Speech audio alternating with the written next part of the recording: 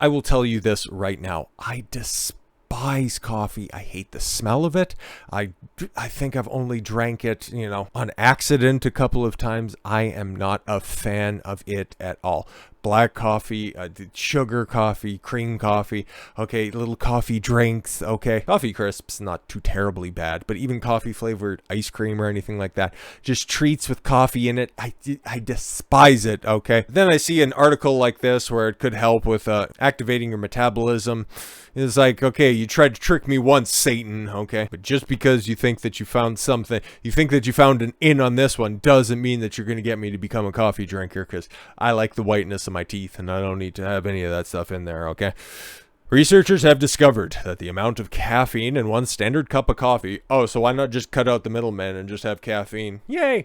Triggers activation in brown adipose tissue at greater energy burn. Oh, cool. So caffeine. Let's just focus in on caffeine, because it gets a bad rap, okay? It's a diuretic, which means that it purges, water from your body. But you know how you compensate with that? Here, I'll show you. I actually got an illustrator right here. Drink a couple of these a day. How about that? Pretty simple, huh?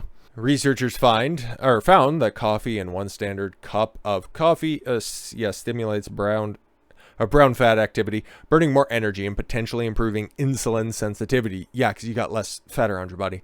These activities may help improve weight management. Yeah, of course, less fat, more managed. There you go. Daily coffee drinkers also enjoy greater metabolism of fatty acids and downregulation of the endocannabinoids system, okay, which regulates cognition, immunity, sleep, and appetite, having the opposite effect in your body than the ingestion of cannabis. Yeah, exactly. And as much as I hate coffee, multiply that 50-fold for pot.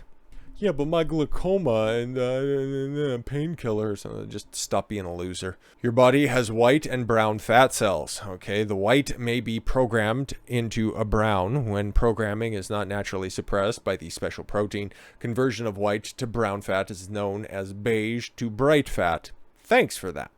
The location of fat is important, since subcutaneous fat just under the skin is not as dangerous as visceral fat deep in your abdomen and around your organs. You may increase the activity of the brown fat you already have through exercise, exposure to cold, and sleeping in a cool environment. Temperature-wise, it doesn't really much matter what kind of aesthetic you have in your room, or if you have satin sheets. Many people struggle with obesity and being overweight. According to the CDC, the prevalence of both conditions is measured nationally in 2015, 2016. It's only gotten worse since then. Finding 71.6% of the United States population is either overweight or obese. Round of applause, but not for too long. You probably get tired. By 2022, that number had escalated to 74%. See, it's gotten worse. Nearly 3/4 of people are too fat to function. Great. Although some corporations like Coca-Cola propose that you may out-exercise a poor diet, never going to happen. Researchers found it as a combination of healthy diet and exercise that has the greatest benefit. Exactly. Mid-2015, New York Times reported that activities of a Global Energy Balance Network, a nonprofit organization funded by Coca-Cola. Of course, the New York Times would report on this stuff and probably say that Coca-Cola tells us that it's all great. See, some Coke actually has caffeine in it, so that means that it's good for you. Promote the argument that exercise is more important than diet. Cool. New York Times, bastion of truth and honesty. The organization disbanded by the end of the year.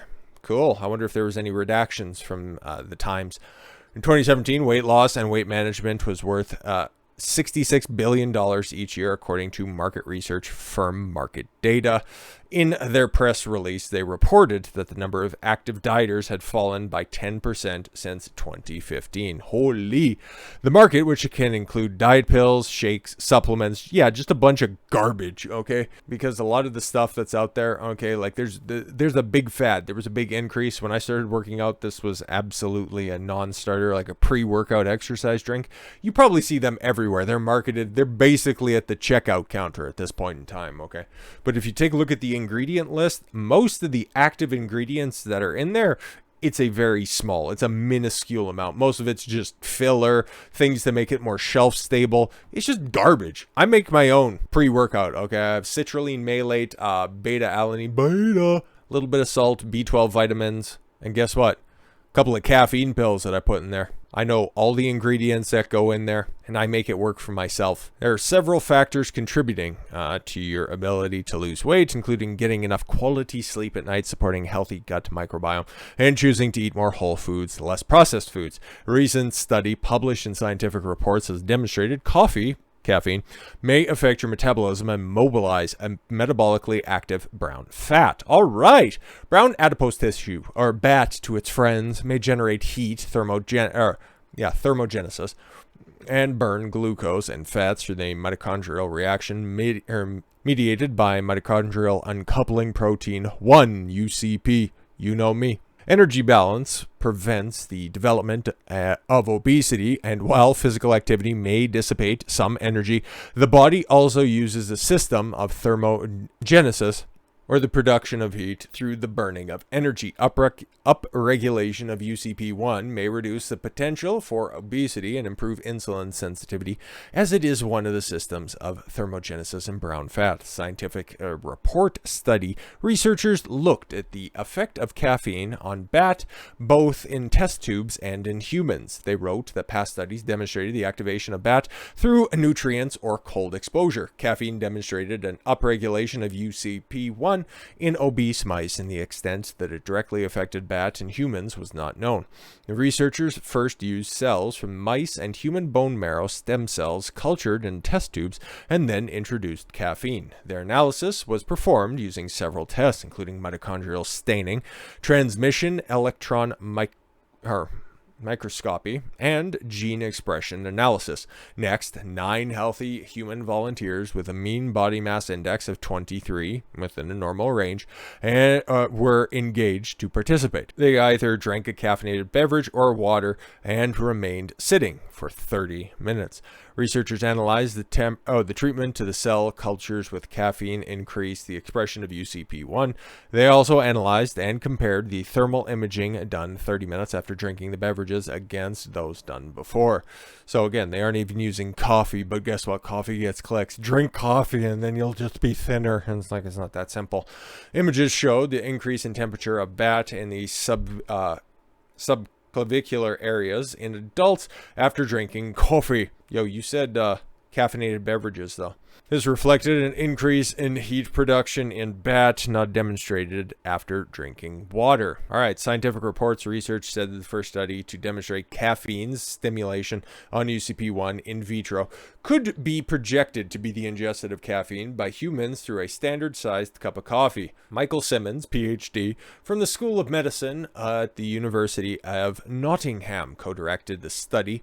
As reported in the press release from the university, he commented, "From our previous work, we knew that the brown fat is mainly located in the neck region, so we were able to image someone straight after they had a drink to see if the brown fat got hotter. The results were positive, and we now need to ascertain that caffeine as one of the ingredients in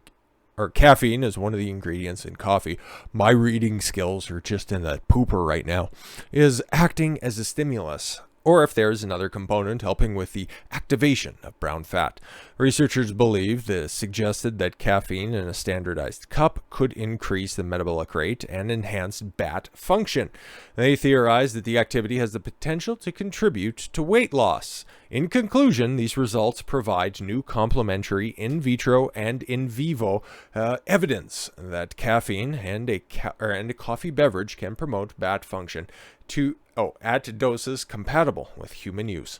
Study published by Northwestern Medicine. Scientists discovered coffee changed significantly more metabolites in your body than had been known. After eating or drinking, your body produces metabolites or chemicals. A higher number of affected metabolites may explain, in part, the number of effects coffee can have on the body. Researchers gathered 47 habitual coffee drinkers to ask them to stop drinking coffee for 1 month.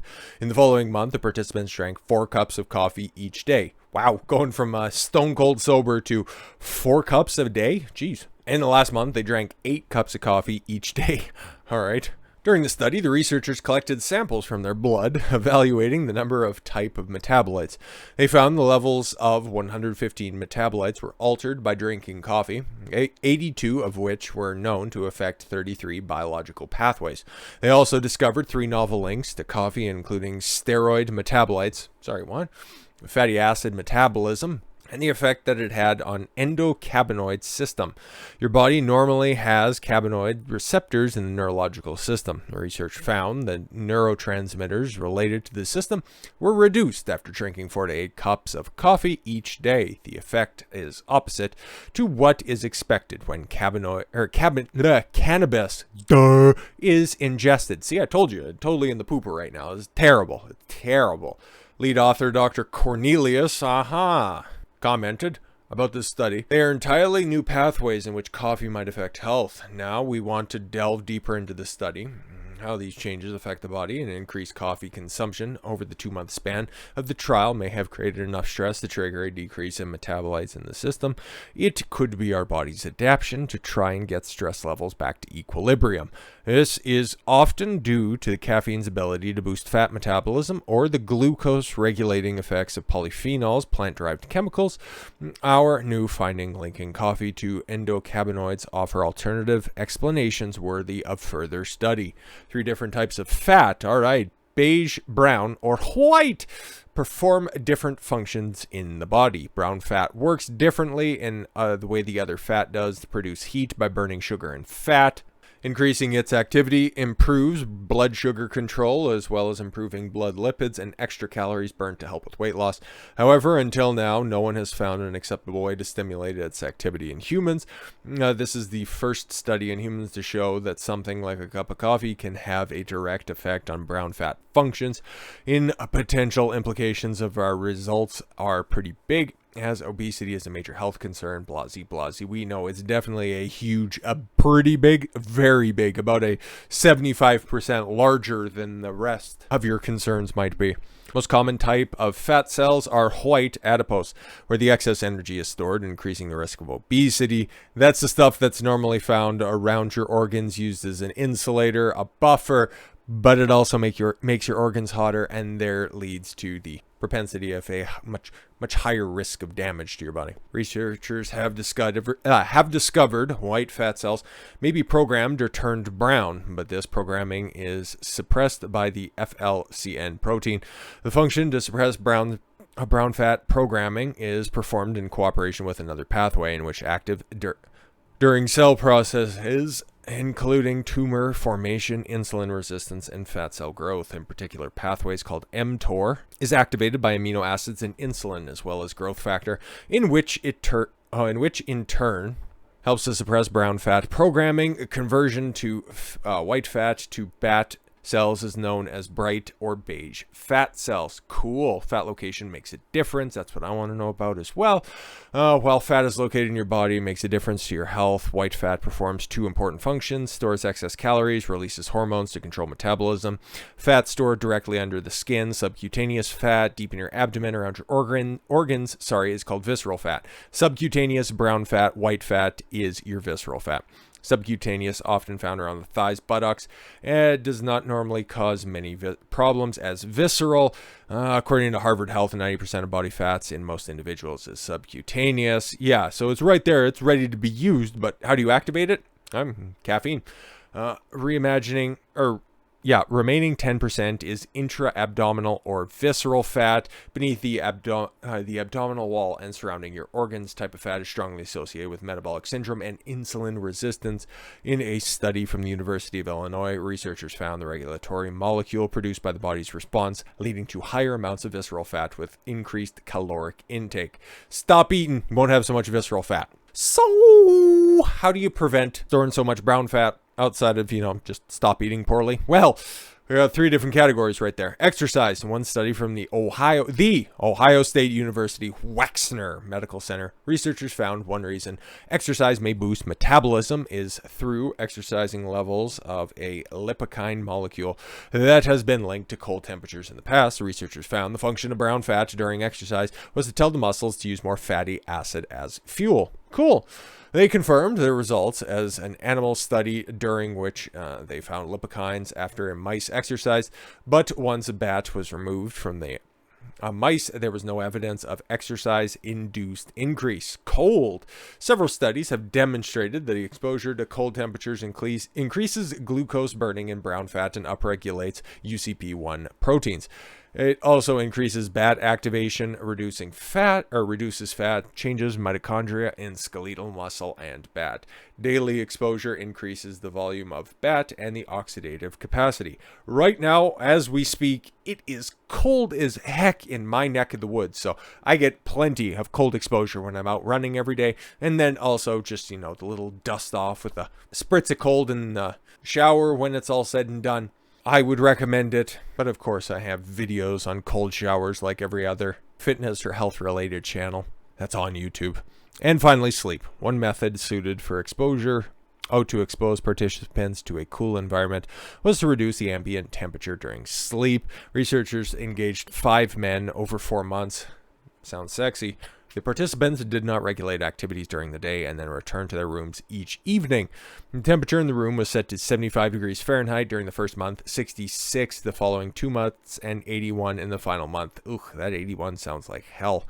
After 1 month of exposure to mild cold temperatures, researchers measured a 42% increase in BAT volume and 10% rise in metabolic activity in participants. So, that was actually pretty clinical evidence, okay? A lot of research, a lot of highfalutin language, a lot of scientific jargon, if you will.